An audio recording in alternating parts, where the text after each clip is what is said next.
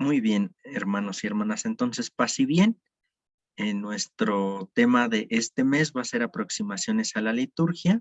Va a estar coordinado por Fray Federico Cedillo Cruz. Él es profesor temporal de nuestra provincia.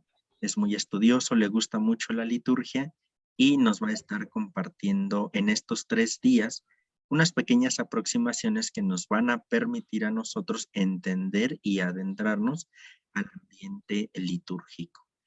Fede, Fray, te dejo los micrófonos para que puedas guiarnos la sesión de estudio del día de hoy. Muchas gracias por aceptar participar en estas charlas de formación continua y que nos compartas tus conocimientos.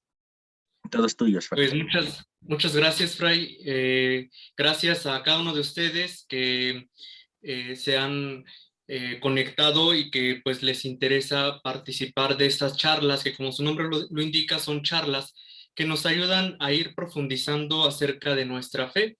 En esta noche, pues durante estos 3 días iremos abordando el tema de la liturgia, una aproximación. ¿Por qué titulé así una aproximación o aproximaciones a la liturgia? Porque el campo de la liturgia también es muy amplio y tiene muchos lugares y muchos puntos de encuentro, muchos caminos, muchas vertientes por las cuales nosotros podemos ir acercándonos. Ahorita va a ser de alguna manera como un recorrido muy básico de la liturgia. Y quisiera que iniciemos en esta noche poniéndonos en la presencia del Señor, precisamente con algo que en algunas ocasiones nosotros hemos escuchado en la Santa Misa y que tiene que ver con un prefacio que pues se ha titulado así, prefacio como un cuarto o el prefacio de acción de gracias. Decimos en el nombre del Padre, del Hijo y del Espíritu Santo. Amén. Te damos gracias, Señor, Padre de amor, Padre bueno, por todo lo que nos regalas. En verdad es justo y necesario, es nuestro deber y salvación darte gracias siempre y en todo lugar, Señor Padre Santo, Dios Todopoderoso y Eterno, pues aunque no necesitas de nuestra alabanza, ni nuestras bendiciones te enriquecen, tú inspiras y haces tuya nuestra acción de gracias para que nos sirva de salvación por Cristo, Señor nuestro. Gloria al Padre y al Hijo y al Espíritu Santo, como era en el principio, ahora y siempre, por los siglos de los siglos. Amén. María, Madre de Gracia y Madre de Misericordia, en la vida y en la muerte, ampáranos, Gran Señora. En el nombre del Padre, del Hijo y del Espíritu Santo. Amén. Pues buenas noches a todos, hermanos y hermanas. Comencemos precisamente con nuestro recorrido de esta noche a las aproximaciones de la liturgia. Se les ha enviado la guía de estudio para que después ustedes tengan tiempo para poder regresar, para que puedan ustedes retomar este estudio, para que ustedes después puedan ir meditando. El objetivo de este taller o de esta charla es brindar algunas aproximaciones a la liturgia de la Iglesia Católica. Y aquí enfatizamos mucho esto, la Iglesia Católica. ¿Por qué? Porque puede ser que alguien aborde la liturgia de la Iglesia Católica, pero de algún otro rito. Entonces, nosotros la vamos a abordar desde la Iglesia Católica, a fin de que mediante su estudio y una posterior reflexión, vamos a encontrar en ella una fuente indispensable para la vida cristiana. De manera muy breve, les comparto de qué va a ir todo esto de la aproximación a la liturgia. La liturgia, en un primer momento, es la manera en que los miembros de la Iglesia pueden ponerse en contacto y comunicación con Dios. ¿Cómo? A través de gestos, de palabras, de ritos y de acciones. Ya un poco, Fray Iván en otra charla nos explicaba un poquito esto cuando se abordaba el tema de los sacramentos. Y de esta manera somos testigos de la acción salvífica de Jesús y del amor de Dios que nos tiene a todos nosotros. Es decir, que en la liturgia nosotros encontramos precisamente el sentido de nuestra fe, que en la liturgia nosotros, a través de estos gestos, de estas palabras, de los ritos y de las acciones, nos damos cuenta de lo que el Señor Jesús hizo por nosotros. También es la forma en que se le rinde adoración a Dios y por el medio por el cual nosotros nos santificamos. En esta doble dinámica nos vamos a mover nosotros en la liturgia. Todas las acciones litúrgicas, como la oración, como los sacramentos, están dirigidos para dar culto a Dios Padre. Aquí es importante que nosotros tengamos en cuenta esto. Se le da culto a Dios Padre por medio de Jesucristo en el Espíritu Santo. Y a su vez, cada uno de nosotros, los fieles, nos santificamos cuando nosotros, como familia cristiana, unidos a toda la iglesia, nos congregamos. En la liturgia, Cristo se va a hacer presente y se comunica su obra de salvación. Así se hace presente el sentido de nuestra vida. Es decir, que en la liturgia también nosotros le encontramos sentido a nuestra propia vida, a nuestra propia existencia, sabiendo que hay un amor que nos precede, un amor que nos espera. De ahí que se digan precisamente en la Constitución Sacrosanctum Concilium, en su número 7, encontramos una definición que ya deberíamos nosotros de ir teniéndola en cuenta, porque esto es lo que significa la liturgia. Es el ejercicio del oficio sacerdotal de Cristo. Después lo iremos analizando por qué es el ejercicio sacerdotal de Cristo, por medio de signos sensibles. Esto también ya ustedes lo reflexionaron en charlas pasadas con Fray Iván. Signos sensibles que realizan de una manera propia la santificación del hombre. Y todo esto nos ha llevado a considerar la liturgia en todo un itinerario, porque después de una reflexión filosófico-teológica, la liturgia va a ocupar el lugar central en la iglesia. Es decir, que todo lo que nosotros, quienes han ido siguiendo las charlas de esas charlas pasadas, de este proyecto que se ha llevado a cabo, pues se darán cuenta que hemos ido reflexionando poco a poquito en varios aspectos de nuestra fe. Y ahora nosotros nos detenemos para reflexionar la liturgia como este lugar central de la iglesia, porque es el corazón de la comunidad eclesial. Imagínense un cuerpo sin corazón. Inclusive nosotros de repente de manera chusca o de manera popular decimos descorazonado, o no tienes sentimientos, no tienes corazón. Imagínense a la iglesia sin la liturgia, sin su corazón. No tendría razón de existir. ¿Por qué? Porque esto nos hace pensar en la riqueza que tiene la liturgia, cuando el cristiano está llamado a vivir esta dinámica que nosotros conocemos como la lex credendi. Ya un poquito Fray Iván también nos explicó algo de esto. Es decir, la lex credendi es todo lo que creemos. Y por medio de la lex orandi, es decir, lo que se celebra, en la lex vivendi, es decir, en lo que nosotros manifestamos día con día, es así como nosotros celebramos o podemos acercarnos al Señor Dios. ¿Por qué?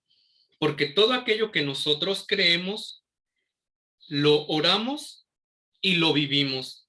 Y entonces podemos decir que el sujeto de la fe es la iglesia y la iglesia se va a expresar por medio de la liturgia. Imagínense la oración del Padre Nuestro. Es lo que nosotros creemos cuando hacemos el Padre Nuestro, cuando oramos con el Padre Nuestro que estás en el cielo. Es decir, es lo que creemos. Pero también eso lo oramos y eso nos lleva también a la vivencia, a las acciones cotidianas, a aquello que nosotros vivimos constantemente. De ahí no es propiedad del hombre, sino es un don de Dios con un fundamento bíblico. Es decir, todo esto no sale de la nada. Hay un trasfondo bíblico que nos ayuda a entender por qué nosotros vivimos la liturgia como la vivimos. Y algunos temas que abordaremos en este taller serán la esencia de la liturgia, es decir, de dónde nace, de dónde brota la liturgia, el tiempo sagrado como es el domingo, las fiestas, las imágenes, la música, el espacio y el tiempo de la liturgia, como son los lugares sagrados. Ya posteriormente reflexionaremos acerca del templo, de lo que es una basílica, una catedral, un templo, una capilla, un oratorio, las partes que la conforman. Cada una de ellas tiene toda una mistagogía, cada una de ellas tiene un trasfondo teológico, un trasfondo espiritual, una pedagogía que nos ayuda a entender este misterio de Dios. Y también la forma litúrgica, como es el rito, es decir, lo que nosotros celebramos, el cuerpo, también nuestro cuerpo entra a formar parte de la liturgia. Cuando nosotros nos reunimos y nos congregamos, nuestro cuerpo también completamente se une a esta alabanza, los gestos que nosotros hacemos y los símbolos. De repente nosotros vemos que en la iglesia el sacerdote utilizó el color verde y de repente vemos que usa un color rojo y de repente en alguna ocasión del año lo vemos vestido de rosa y no es por alguna ideología que se siga en la iglesia, ¿no? Tiene todo un sentido litúrgico, espiritual, teológico, para que nosotros entendamos muchas cosas. Por eso muchos símbolos en la liturgia nos van a ir ayudando a entender el misterio. Este taller está dividido en 3 bloques y el primero que tiene que ver con las características fundamentales de la liturgia, que es lo que veremos, ojalá nos dé tiempo en esta noche, la naturaleza de la liturgia, las aproximaciones bíblico-teológica. Después, en el segundo bloque, veremos las partes de la misa y así nos iremos hasta llegar a la espiritualidad de la liturgia. Bien, pues entonces, sin más, damos inicio ya para entrar a nuestra unidad 1, que tiene que ver precisamente con las características fundamentales de la liturgia. En su guía de estudio que se les dio, les coloqué alguna bibliografía, que esto es importante también que lo tengamos en cuenta. La bibliografía nos va a ayudar precisamente a saber también después dónde podemos investigar, dónde podemos nosotros encontrar algunas bases que nos ayuden a entender todo esto. Entonces, ahí para que lo tengan en cuenta. Y entonces comenzaremos con nuestra unidad 1, que tiene que ver con las características fundamentales de la liturgia.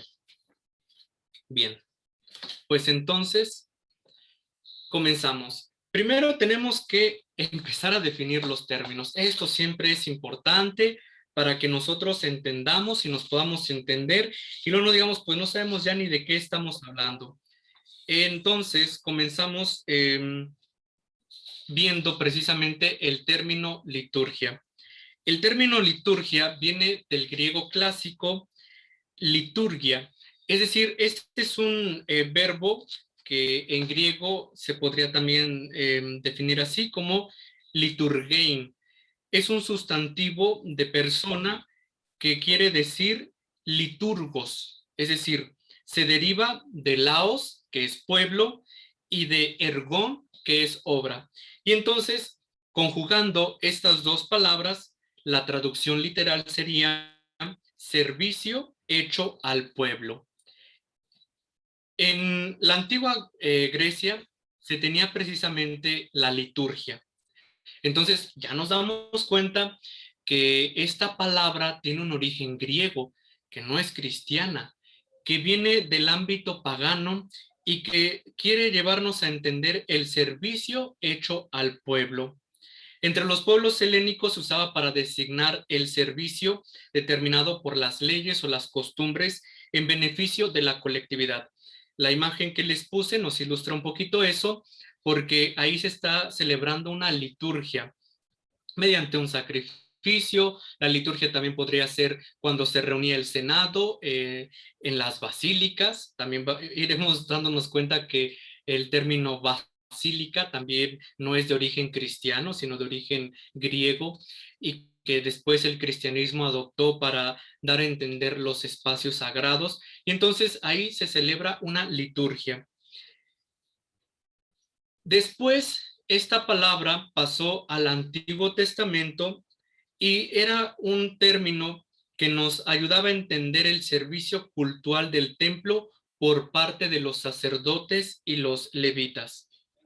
Como sabemos, también el pueblo de Israel tuvo contacto con la cultura helénica cuando fueron deportados. Y entonces, de alguna manera, ellos también adoptaron estas palabras y el término liturgia se usó también en un sentido público y en un sentido oficial, pero también se destinaba al culto privado que rendía el pueblo de Israel y al que la traducción de los 70, es decir, una traducción que hicieron algunos pensadores, algunos sabios griegos, pero que eran judíos, reservan algunas palabras, como por ejemplo la letría o la dulía, es decir, la adoración o el honor. Y nos damos cuenta que entonces en el Antiguo Testamento también se usa este término liturgia. Y entonces, de ahí el pueblo de Israel, que sabemos que es un pueblo netamente sacerdotal, lo vamos a ver un poquito más adelante, cuando entendamos también esto, que el pueblo de Israel, cuando las tribus, cada uno se designa para alguna parte, y hay una tribu que se dedica precisamente al sacrificio, al culto a Dios, que son los levitas. Después, el Nuevo Testamento también retoma este término y ahí lo vamos a encontrar 15 veces frente a las 150 veces que encontramos en el Nuevo Testamento y es usado en diversos sentidos.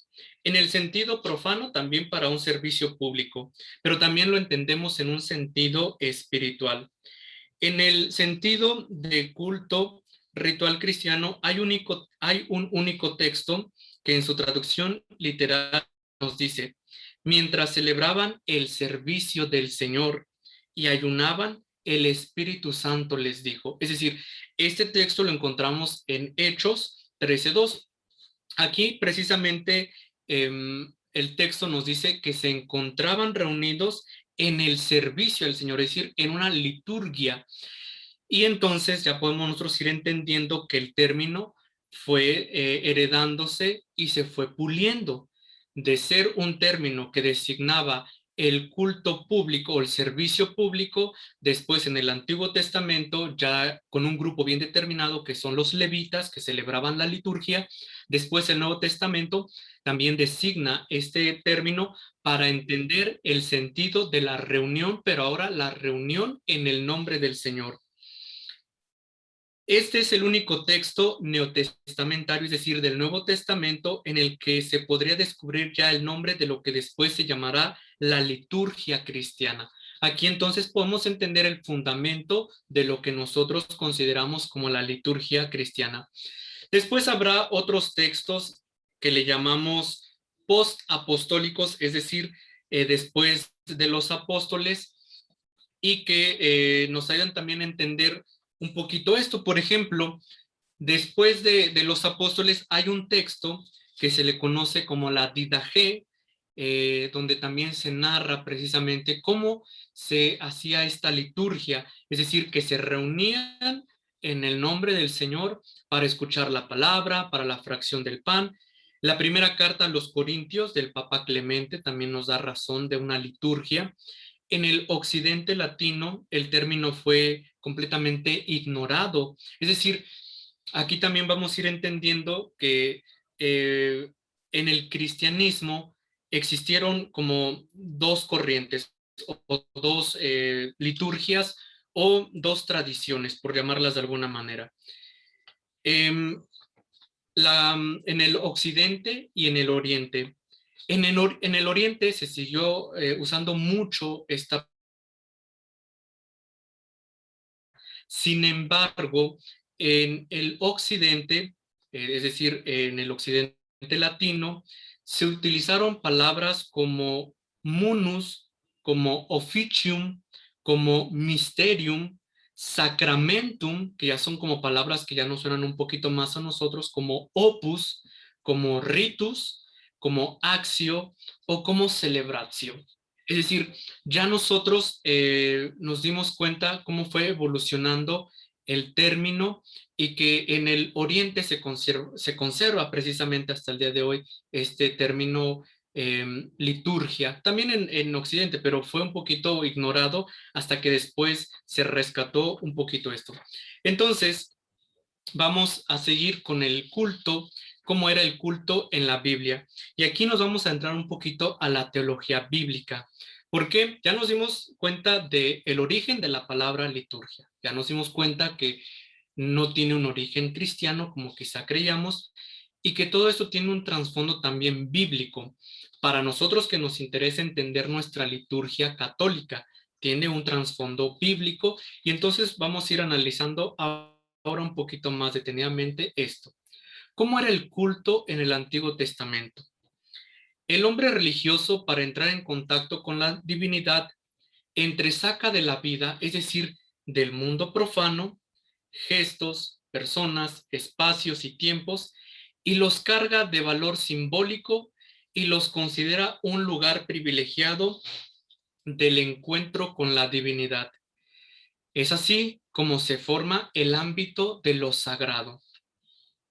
Si ustedes recuerdan, por ejemplo, con Fray Iván, cuando nos hablaba de los sacramentos de la vida, de este texto de Leonardo Boff, precisamente cómo es que de algo de nuestra vida cotidiana, cuando le damos sentido, se convierte en un sacramento. Pues de la misma manera, el pueblo de Israel, de lo que le rodeaba, inclusive de símbolos profanos, de gestos, de personas, de espacios, les da un sentido profundo y es así como se le destina al ámbito de lo sagrado. Por ejemplo, la ilustración que tenemos ahí nos refleja estos espacios donde muchas veces sucedía una teofanía, es decir, un encuentro con Dios. ¿Y qué hacía aquella persona que tenía el encuentro con Dios? Dice la Sagrada Escritura que en ese lugar construía o edificaba un monumento o la piedra la consagraba para hacer memoria, para recordar que en ese lugar se había tenido un encuentro con Dios. Ahí lo que estamos viendo es precisamente ese levantamiento o esa construcción, y arriba se alcanza a ver una piedra que al ser ungida, que al ser consagrada, ya toma un sentido sagrado. Y entonces, después las generaciones van a ir conmemorando o van a hacer peregrinaciones, o en ese lugar ellos sabrán que ahí sucedió algo importante, que sucedió algún encuentro con Dios. Y eso les va a recordar el suceso. Y por eso de lo que les rodeaba, el pueblo de Israel lo convierte en algo sagrado. Se forma así este ámbito de lo sagrado. De esto Israel establece un vínculo entre culto y la vida de fe en el Señor como Dios de la historia. En eso está basada su identidad.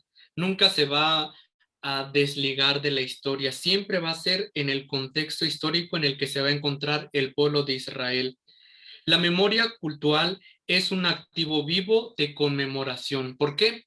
Lo vamos a ver también un poquito más adelante, porque cada vez que alguien conmemora, actualiza el suceso que vivió.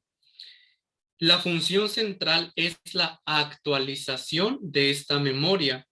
Israel ha sido constituido pueblo de Dios para el servicio de Dios. Y eso es lo que al pueblo de Israel lo va a diferenciar de otros pueblos. Es un pueblo consagrado al Señor, es un pueblo que tiene bien presente el culto a Yahvé. Después nos vamos a dar cuenta que comienzan a hacer sacrificios, que comienzan a construir espacios sagrados, y es así como nosotros entendemos esta visión cultural del pueblo de Israel. Los patriarcas dan testimonio de esta situación, los profetas también, cuando denuncian, por ejemplo, esta degeneración del culto. Por ejemplo, encontramos un pasaje en el libro de los Reyes donde cuando le reclaman, ¿no?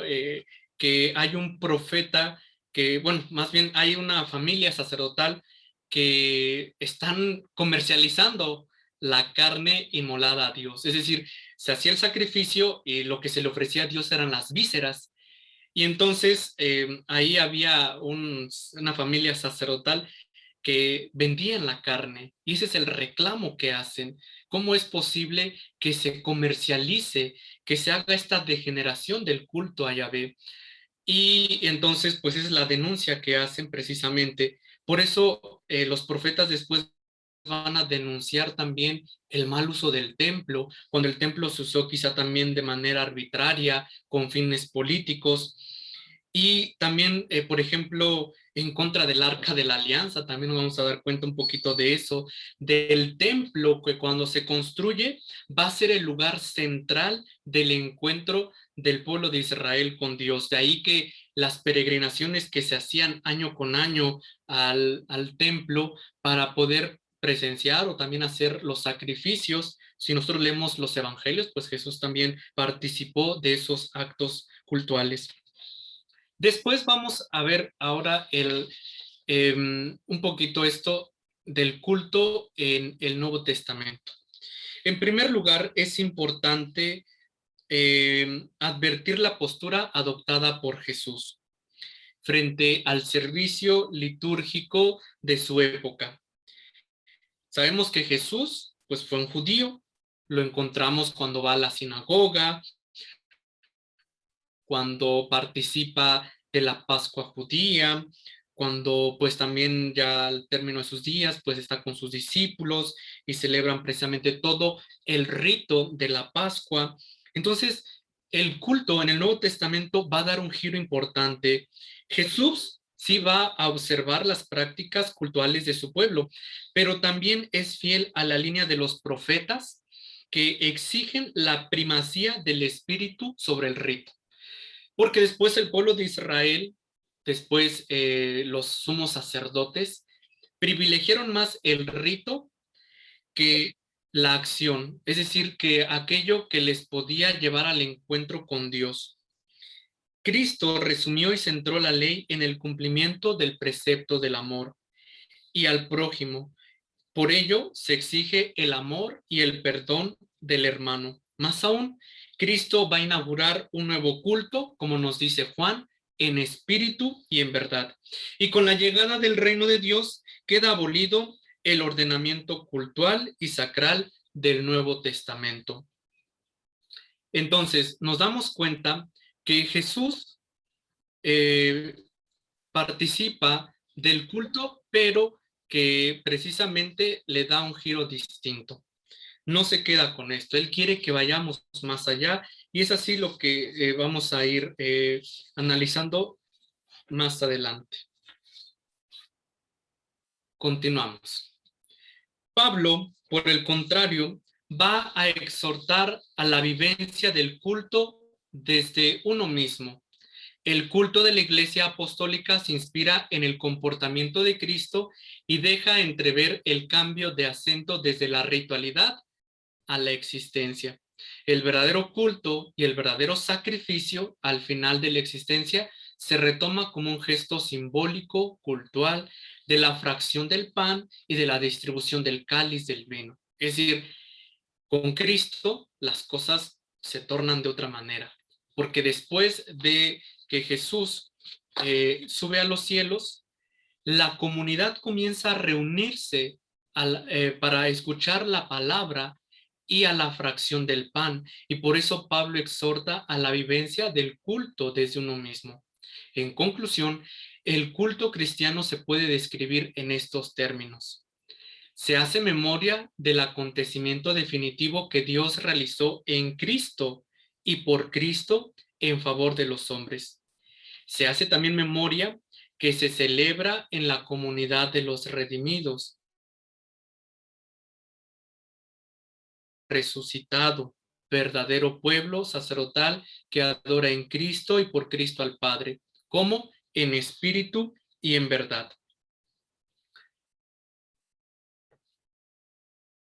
Viendo todo este trasfondo bíblico, viendo cómo es que nosotros hemos ido un poquito recorriendo de manera muy rápida, por eso les decía que es una aproximación pues muy básica a la liturgia. Nos encontramos con la historia de la liturgia. Ya nos dimos cuenta de dónde viene la palabra liturgia. Ya nos dimos cuenta cómo era el culto en el Antiguo Testamento. Ya nos dimos cuenta cómo es que en el Nuevo Testamento el culto que era de origen judío toma un acento distinto cuando Cristo se entrega, se dona en el pan, en el vino, y cómo es que después la comunidad comienza a reunirse para escuchar la palabra y para la fracción del pan. Y entonces toda esta liturgia va teniendo un desarrollo histórico. No nace la liturgia que tenemos hoy en día de la noche a la mañana, sino que precisamente va tomando matices poco a poco. Nos damos cuenta que en algún momento la comunidad cristiana no tenía libros, es decir, la comunidad no llegó teniendo ya un misal romano donde decía qué tenían que hacer, no se cantaba un aleluya, no se levantaban las manos, no se ponían de rodillas. Es decir, en esta historia de la liturgia nos vamos a ir dando cuenta cómo es que se va dando este desarrollo litúrgico, cómo es que se van tomando matices, cómo es que el pueblo mismo va encontrando formas de expresar el encuentro con Dios. Y entonces, pues obviamente tenemos que partir de la primera tradición apostólica. Ya el Señor Jesús, como lo dice, no viene a eliminar la ley y los profetas, sino le viene a dar culmen. Y con Cristo el culto toma un sentido distinto. Ahora Cristo es el centro del culto al Dios verdadero, como nos dice, en espíritu y en verdad. Y por eso nos deja su cuerpo y su sangre, y por eso nos dice, hagan esto en memoria mía. Y atendiendo a esto, el pueblo que se constituye en torno a Cristo como cabeza, comienza a reunirse, comienza a hacer memoria. La iglesia apostólica nace en el surco del judaísmo. Cristo y sus discípulos participaron del culto judío. Esto nos tiene que quedar bien claro. Es decir, Jesús no inventó un culto nuevo.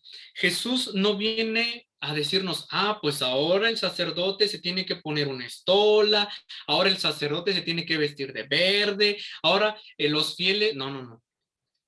Cristo con sus discípulos, o más bien Jesús y sus discípulos, forman parte de este movimiento judío y ellos realizan todas las acciones que se realizaban como buenos judíos. Todas las fiestas, si nosotros hiciéramos un calendario de las fiestas judías, son varias las fiestas que se tienen, por ejemplo, la fiesta de Pentecostés, la fiesta de las tiendas, obviamente la Pascua que se conmemora, es decir, el paso, o más la liberación del pueblo de Israel, el paso de la esclavitud a la libertad. Y entonces el pueblo judío recuerda, actualiza, hace suyo ese momento, y de ahí que en la celebración de la Pascua, el más pequeño de la casa dice, y comienza la liturgia de la Pascua con esta pregunta: ¿por qué esta noche es diferente? Y entonces el padre de familia le empieza a explicar: esta noche es diferente y comemos rápido y comemos hierbas amargas y comemos el pan ácimo porque nuestros padres fueron liberados de la esclavitud y atravesaron el Mar Rojo. Y entonces Jesús y sus discípulos fueron parte de esta liturgia judía. La primera comunidad creyente no se va a independizar inmediatamente de estos ritos. Siguieron celebrando también la Pascua, pero ahora celebraban el triunfo de Cristo sobre la muerte, el paso de Cristo de la muerte a la vida. Y esta naciente comunidad cristiana se va haciendo consciente de la novedad de la experiencia cristiana. Y no va a ser hasta después del año 70, con la destrucción del templo de Jerusalén, como la primera comunidad cristiana se va configurando litúrgicamente. ¿Por qué? Si nosotros leemos los Hechos de los Apóstoles, nos vamos a dar cuenta que los primeros o la primera comunidad cristiana se acercaba a la sinagoga como lo hacía habitualmente Jesús el día sábado. Participaban de las fiestas litúrgicas del pueblo judío. Ya después, por los Hechos de los Apóstoles, sabemos que son expulsados de las sinagogas. ¿Por qué? Pues porque en un primer momento no había ningún problema en decir que, pues que ellos seguían la ley, que ellos cumplían con el mandato de la ley, pero el problema estaba cuando ellos decían que Jesús había resucitado y que Él era el Hijo de Dios y que les había dejado su cuerpo y su sangre. Entonces, en ese momento ya existe el conflicto, porque obviamente el pueblo de Israel no iba a aceptar eso, más bien los judíos no iban a aceptar eso. Y es así como comienzan a ser expulsados de las sinagogas los primeros seguidores de Jesús. Después del año 70, la iglesia empieza a crear formas cultuales nuevas y hasta irse configurando como una liturgia cristiana. Ya podemos hablar de una liturgia cristiana o del cristianismo primitivo. En el Nuevo Testamento se nos habla de algunos verbos importantes, por ejemplo, de juntarse, de reunirse. Esta comunidad primitiva en Jerusalén se reunía primero en el templo, como les decía, para los oficios de la oración. Es decir, seguían siendo partícipes de la oración judía. No había ningún problema. Junto a esto, después de que se reunían en las sinagogas, ellos se congregaban en las casas particulares. Y es así como surge lo que conocemos como la Domus Ecclesiae, es decir, la iglesia en casa. Hace algunos años, después de Vaticano II, con este regresar a las fuentes y con el movimiento de la teología de la liberación, surgen lo que fueron estas comunidades eclesiales de base, que precisamente querían retomar el modelo eclesial del Domus Ecclesiae, es decir, la iglesia en casa. También varios proyectos pastorales en muchos lugares han querido rescatar eso, el Domus Ecclesiae, o también como se le conoce, el Oikoi Ecclesias. ¿Por qué? Porque decían, es que la primera comunidad cristiana se reunía en las casas, y sí, así era como sucedía en esos momentos de la historia. Se reunía el pueblo en las casas, es decir, gente piadosa del pueblo de Israel prestaba su casa, y de eso también tenemos testimonio en la Sagrada Escritura, y ahí se reunía la comunidad creyente. La imagen que les presento trata de ilustrar precisamente eso. Un apóstol convocaba a la comunidad, alguien prestaba su casa, que casi siempre era alguna mujer piadosa, y se dedicaban a escuchar la enseñanza de los apóstoles. Después ya tenían algún convivio, como lo dice Hechos de los Apóstoles, que menciona que los primeros cristianos se reunían para partir el pan en las casas y comían juntos alabando a Dios con alegría y de todo corazón. En un primer momento era una comida, porque si ya recordamos nuevamente las palabras de las charlas pasadas de Fray Iván, pues se nos decía precisamente esto, ¿no? La comida como un acto ritual, pero una comida ordinaria que nos lleva a la fraternidad, que nos lleva al encuentro del otro. Por eso Jesús, como dice algún autor, eh, que Jesús lo matan por comer o por cómo come. Pues sí, ¿por qué? Porque Jesús de la vida cotidiana era un momento pues sacramental del encuentro con el otro. Y por eso la primera comunidad, después de las alabanzas, después de escuchar la palabra, se reunía para el ágape fraterno, que aquí tendríamos que hacer después la distinción con la cena eucarística. Ya después viene este momento de la cena eucarística, pero primero una comida donde se reunían todos. Inclusive Pablo en algún momento va a reclamar que hay personas que solamente van a las reuniones del domingo porque les dan de comer y de beber. Y les reclama que muchos nada más van a engordar comiendo ahí porque, como dicen, pues aquí nos dan de comer, entonces pues nos reunimos todos los domingos pues solamente para ir a comer. Pablo les reclama esto. Y entonces la Eucaristía va tomando ya un elemento importante y aquí ya encontramos una palabra, Eucaristía, la acción de gracias. Entonces, ¿qué quiere decir Eucaristía? Acción de gracias. De esta comida, de este ágape fraterno, se da este salto a la Eucaristía, Eucaristos, la acción de gracias. ¿Y acción de gracias de qué?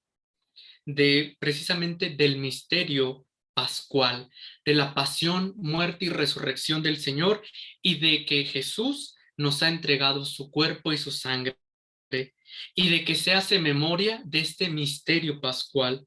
Entonces, aquí ya la comunidad ya no se va a reunir solamente para el ágape fraterno. Ya, hoy Dios mío, ¿está sonando la alerta sísmica? Salimos. Está sonando la alerta sísmica.